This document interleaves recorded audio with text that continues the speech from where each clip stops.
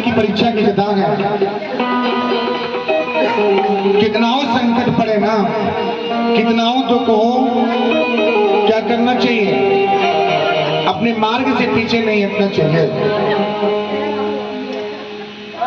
स्त्री बहुत ही क्या है, भावुक होती है। थोड़ा सा कठिनाई आवे ना तो अपनी आपा खो बैठती हैं, यानी कि उनके मन में चिड़चिड़ापन ज्यादा होता है।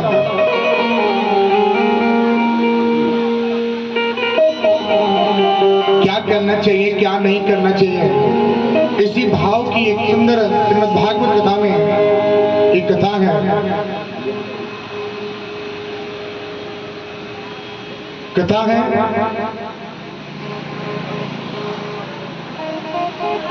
पति कैसा भी हो, चाहे वो कैसा भी रहे, अंधा है, अपांग है, दुर्व्यवहार भी करे, दो शब्द बोल भी देवे, तो क्या करना चाहिए? स्त्री को अपनी स्थिरता, गंभीरता को त्यागना नहीं चाहिए। आज नहीं तो कल वक्त आएगा। हो सकता है कि आज वक्त उनका है, कल वक्त आपका आएगा। समय का इंतजार करना चाहिए। कब क्या हो जाए, कब समय पलट जावे, इसकी कोई भरोसा नहीं है। ठाकुर जी चाहेंगे तो राजा को भिखारी और भिखारी को राजा बना देते हैं। ऐसा ही दिव्य कथा है, खूब ध्यान से सुनिएगा।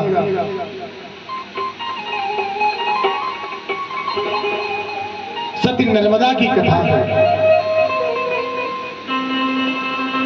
नर्मदा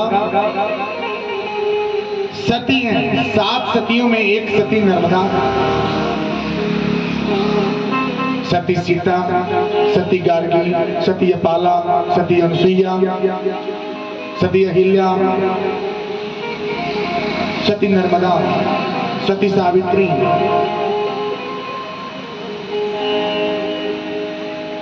सावित्री और नर्मदा अपने तप से अपने जीवन को बनाए, अपने जीवन को सजाए हैं। ऐसा ही सुंदर एक मोड़ है।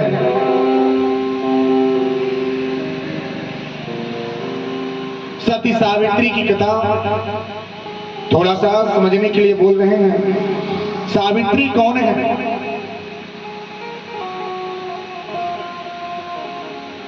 सावित्री, अच्छा सावित्री व्रत कितने लोग करते हैं बताइए? बट सावित्री का व्रत कितने लोग करते हैं? आप करते हैं, बहुत अच्छी बात है। बट सावित्री का व्रत बहुत ही क्या है, जीवन के लिए अहम स्थान रखता है।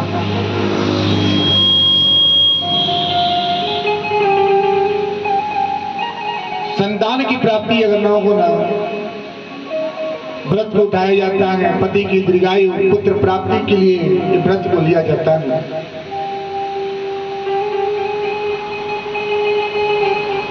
ऐसे ही एक राजा और एक रानी होते हैं।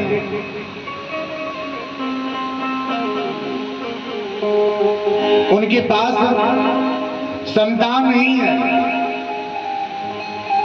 संतान राजा और रानी के पास नहीं बा। अब समझी कितना कठिन कार्य भाई, कितना तप, कितने मंदिर, कितने स्थान जाने के बाद संतान की उन्नति नहीं बा।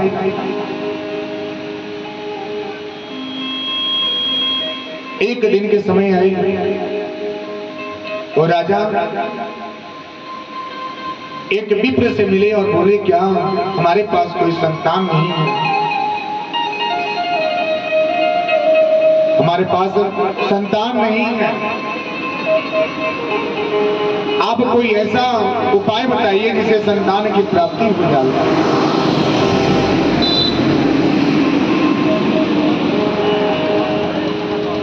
संतान की प्राप्ति होगी। संत विप्र देवता ने बोले क्या ठीक है, आप इतनी सुंदर बात पूछ रहे हैं तो जरूर हम बताएंगे। उन्होंने बोला क्या, सावित्री व्रत होता है। ये सावित्री व्रत एक ऐसा व्रत है जो व्रत करने से कामना की पूर्ति होती है। राजा ने आकर के अपने पत्नी से बोले, राजा ने अपने पत्नी से बोले, रानी से आकर के वार्तालाप ये बात रखे। रानी बोली क्या, मैं जरूर करूंगी। उन्होंने सावित्री का व्रत उद्यान किए। समय व्यतीत तो होता चला जाता है। जाते जाते एक समय ऐसा आया, रानी अब गर्भ से हो गई। प्रभु की कृपा ऐसा प्रदान होता है, कहीं धूप कहीं छांव लगा ही रहता है, दिखते ही है। कृपा जब कन्हैया जी की हुई,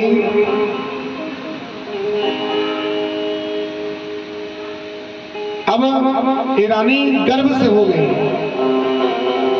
होने के बाद एक सुंदर कन्या का जन्म होता है। सुंदर कन्या का जन्म होता है। नाम सोचा गया क्या, इसका नाम क्या होगा। दोनों जन ने मिल करके बोले क्या, हम सावित्री व्रत किए तो इसका नाम सावित्री होना चाहिए,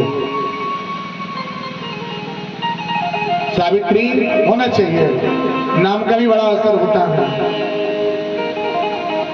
नाम अच्छा है कि कार्य अच्छा है, बताइए सर। नाम अच्छा बा कि काम अच्छा बा? नाम अच्छा है, नाम अच्छा है, कर्म अच्छा होता है। बहुत अच्छी बात है, कर्म अच्छी बात है। क्यों? एक पुत्र ने अपनी माँ से पूछा कि हे माता, हमारा नाम क्यों ऐसा रख दिए, क्यों ऐसे शुद्ध नाम नहीं रखे। बहुत तप करने के बाद, बहुत जप करने के बाद एक पुत्र की प्राप्ति हुई थी, जिस पुत्र का नाम ठंडन पाल रखा गया था। सोचिए, पहले के समय जो माताएं थी ना, पुत्र की दीर्घायु के लिए कुछ ऐसे नामकरण होता था जिससे क्या होता था, बोलते हमारे पुत्र की आयु दीर्घायु हो, लंबा आयु हो। तो नाम अच्छा नहीं होता है, कर्म अच्छा होता है। ठंडन पाल रखा गया। जब गांव में जाता था तो उसके सभी मित्र थे ना, उनको चिढ़ाते थे, खूब चिढ़ाते थे। अरे भाई तुम्हारा नाम क्यों ऐसा है? अभी आकर माँ से बोला कि हे माता, आपने हमारा नाम ऐसा क्यों रखा? माँ बोली क्या, इसका तुम जब समय आएगा ना तो समझ जाएगा कि ये नाम मैंने क्यों रखा। वो अपने नाम की खोज के लिए निकल जाता है। जाते जाते गया तो देखा क्या कि एक किसान था और खेत में हल चला रहा था। भटकते भटकते जा करके उसके किसान से बोले क्या है भाई तुम्हारा नाम क्या है? किसान बोला क्या, तुम नाम से क्या करोगे? नहीं बोले मुझे नाम जानना है, तुम्हारा नाम क्या है बताओ। उन्होंने बोला कि मेरा नाम महिपाल है। महिपाल नाम को उन्होंने मन की डायरी में लिख लिए। आगे बढ़ता गया, जाते जाते उन्होंने देखा कि एक सुंदर सी कन्या है। और एक खेत में चना चुन रही थी, बिन रही थी।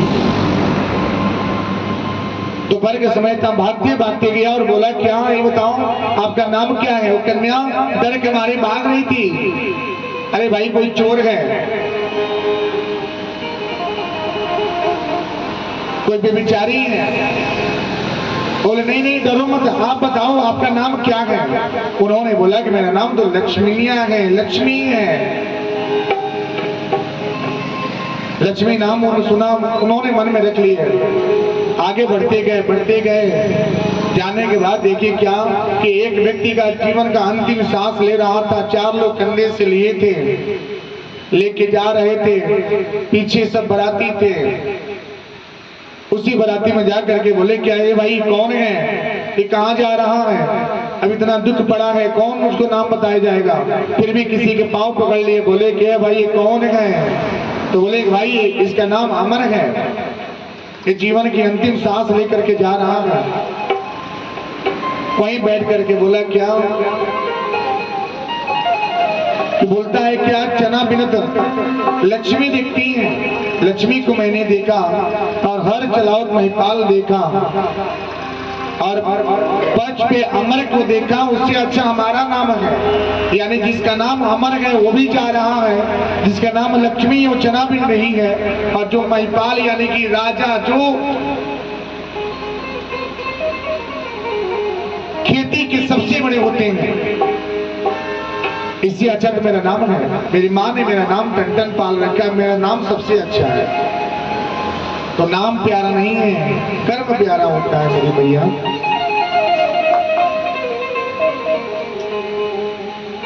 अब नाम अंकल सोचने लगे, बोले क्या मैंने सावित्री व्रत किया है, जिसका नाम सावित्री होना चाहिए। दोनों जन ने प्रेम से सावित्री रखा। कुंडली, एक योग्य ब्राह्मण को बुला करके कुंडली देखा गया। कुंडली में साफ लिखा था कि इसकी अल्प आयु है।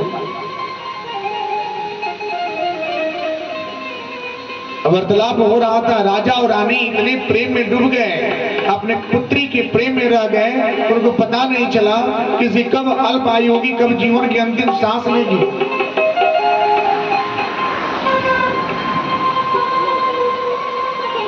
कब जीवन की अंतिम सांस लेगी। समय बीतता जाता है, व्यतीत होता चला गया। वार्तालाप कर रहे थे, वार्तालाप कर रहे थे। नारद जी ने बोले, क्या हे महाराज,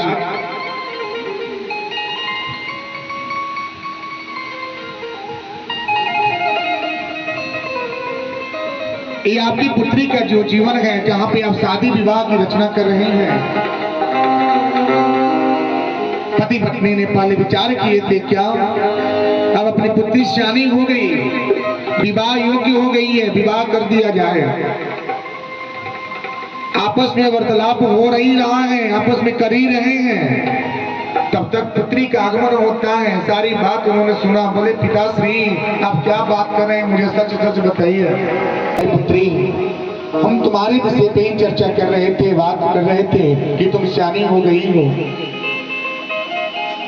पुत्री बोलेगी ना, हम विवाह अपनी मर्जी से, अपने हिसाब से करेंगे, हमारे जो योग्य होगा उसी हिसाब से हम विवाह करेंगे,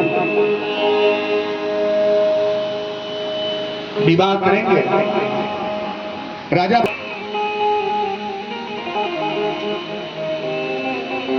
सावित्री जा रही है पता करने। जाते जाते एक नगर में पहुंची।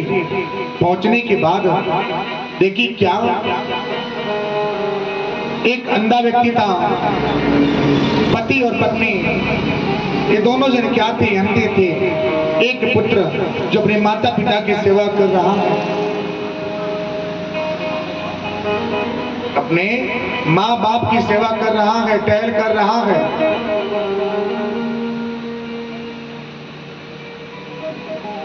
जब सावित्री ने देखा जितनी सेवा माँ बाप की करता है, उनको पसंद आ गया।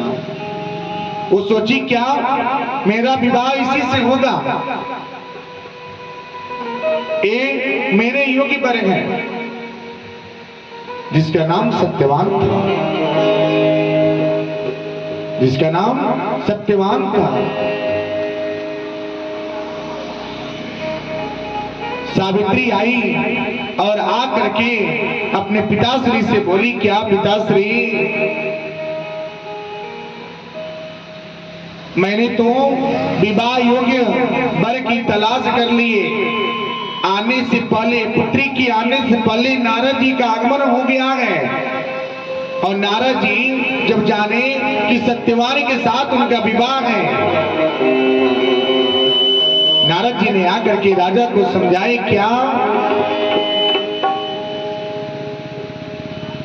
राजा को समझाए उससे विवाह क्यों कर रहे हैं, उसकी तो अल्प आयु है।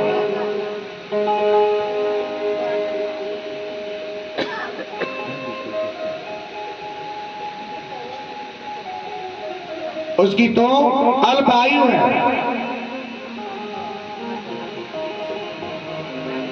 नारद जी के लाख समझाने पे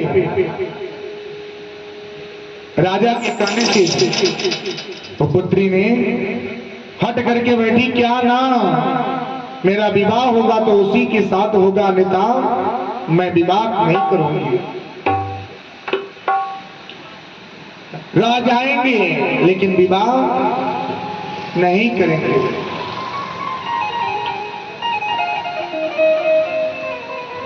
ऐसा उन्होंने हट करके अपने पिताश्री से बोल दिए।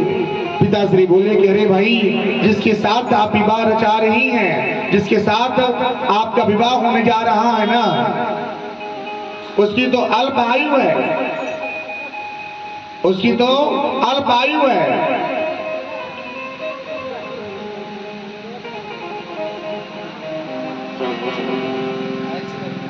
कैसे उसे विवाह करेंगे आप? पुत्री बोलती, ना ना, मेरा विवाह उसी के साथ होगा, चाहे कुछ भी हो जाएगा। अभी हट करके बैठ गई। भगवान की महिमा है।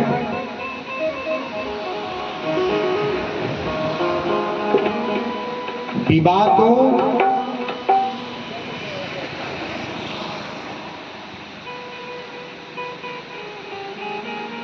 हो गया, राजा ने विवाह कर दिए। जब सावित्री जब घर पे गई तो उसी दिन से उनको चिंता सताने लगी। क्या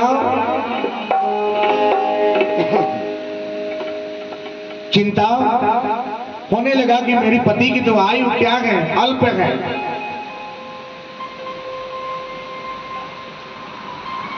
कैसे जीवन चलेगा, कि क्या ये सच है कि गलत है, मैं कुछ अंदाजा नहीं लगा पा रही।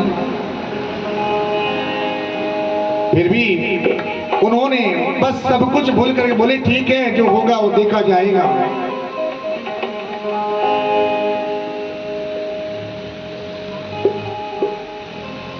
समय कुछ दिन व्यतीत तो होता है, सब एक साथ रहते हैं, माता पिता पुत्र पुत्र, इनकी बदल भी हो गई, ये सब एक साथ जीवन यापन करते हैं। जब समय ज्यों-ज्यों नजदीक आता है, त्यों अब सावित्री को मन में दुख होना शुरू हो गया। जल अन्न सब कुछ थोड़ा थोड़ा कम होता जा रहा था कि कब वो अल्प आयु, कब 12 वर्ष जो है वो बीते, कि हम अपने जीवन को वापस पालें। उनकी आयु मात्र 12 वर्ष की है। सत्यवान की आयु सिर्फ और सिर्फ 12 साल की आयु है बस। सब लोग ढूंढते हैं क्या, एक अच्छे योग्य वर की तलाश करते हैं कि लड़का पढ़ा लिखा है, पढ़ा लिखा होना चाहिए, धनवान होना चाहिए, घर गृहस्थी होना चाहिए, खेती होना चाहिए, लड़कियां कितना भाई है, उनके खानदान, उनका जात, उनका बिरादरी, सब कुछ देखा जाता है। लेकिन सबसे बड़ा ये है, जब एक पुत्र और पुत्री का विवाह हुए ना, तो सबसे बड़ा रिश्ता तो वो रिश्ता होता है जब दोनों जन में प्रेम बना रहे। ना वो धन काम आएगा, ना वो जमीन काम आएगा, ना गृहस्थी, ना मकान, कुछ नहीं, बस प्रेम। प्रेम के रिश्ते ऐसे रिश्ते हैं कि सारा धन उसके आगे क्या है, बेकार है। अच्छे योग्य वर की तलाश करते हैं ना, सब लोग करते हैं, उसको 2-4 लाख रुपया दिया जाता है, विवाह होता है, 1 महीना 2 महीना पुत्री सुखी रहती है, तीसरे महीने में पता चलता है क्या कि लड़का तो बहुत नशा करता है। इसके पास कोई ऐसा नशा नहीं है जो नशा नहीं करता। तीसरे महीने में ही पता चल जाता है। जब तक शादी नहीं हुआ तब तक पता चलता है कि लड़का खूब कमाता है, खूब धनवान है, एक नशा नहीं करता, खानदान ऊंचा है, व्यवहार अच्छा है। 2 महीने बीत जाते हैं, तीसरे महीने पता चलता है ये तो एक भी नशा ऐसा नहीं है जो इसके पास ना हो। चौथे महीने पे वो लड़का अपने पत्नी पे हाथ उठाता है, जिसको अपने लाड प्यार से पाला पोसा बड़ा किया, उस पे हाथ उठाता है, उस पे प्रहार करता है, सताता है, ताड़ता है, बार बार उसे दंड देता है। बेचारी लड़की क्या करती है, घर के एक कोना पकड़ के चुपचाप बैठती है, रोती है। कहे तो कहे क्या, अगर अपने माता पिता से कहती है तो माता पिता की गरिमा पे आँच आता है, सम्मान पे आँच आएगा। वो सारी दुख को पी के रह जाती है, हर कष्ट पी के रह जाती है, लेकिन कहानी नहीं जाती। तो कभी भी शादी विवाह करे ना तो कभी भी ये सोच के करे कि हमारी पुत्री का जीवन जो है सुखमय है कि नहीं है। धन थोड़ा कम कमाए वो चले, धन नहीं है ठीक है, लेकिन पति और पत्नी का रिश्ता हमेशा क्या होना चाहिए, मिठास होना चाहिए। चाहे वो हमारा रिश्ता हो, वो चाहे वो आपका रिश्ता हो, पति और पत्नी का रिश्ता हमेशा मिठास होना चाहिए। वही रिश्ता सबसे बड़ा धन होता है। सावित्री के पास कुछ नहीं है, सारा धन लूट पाट कर लिए थे, सारा धन हड़प लिए थे, पूरा राज्य हड़प लिए थे, फिर भी सावित्री ने उनके साथ विवाह किया। क्या देख करके, क्योंकि उसके पास गुण था, स्वभाव था, उसके पास अहंकार नहीं था, वो स्वाभिमानी था।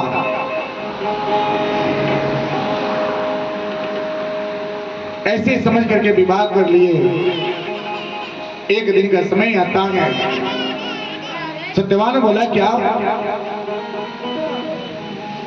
उनकी माँ बोली कि पुत्र जाओ जंगल से लकड़ी काट के लेके आओ, आज घर पे कुछ नहीं है, आज घर में कुछ नहीं है।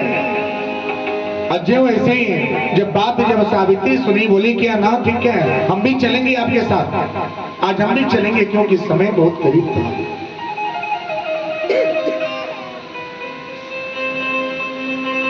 समय बहुत करीब था। सावित्री भी सत्यवान के साथ जा रही है।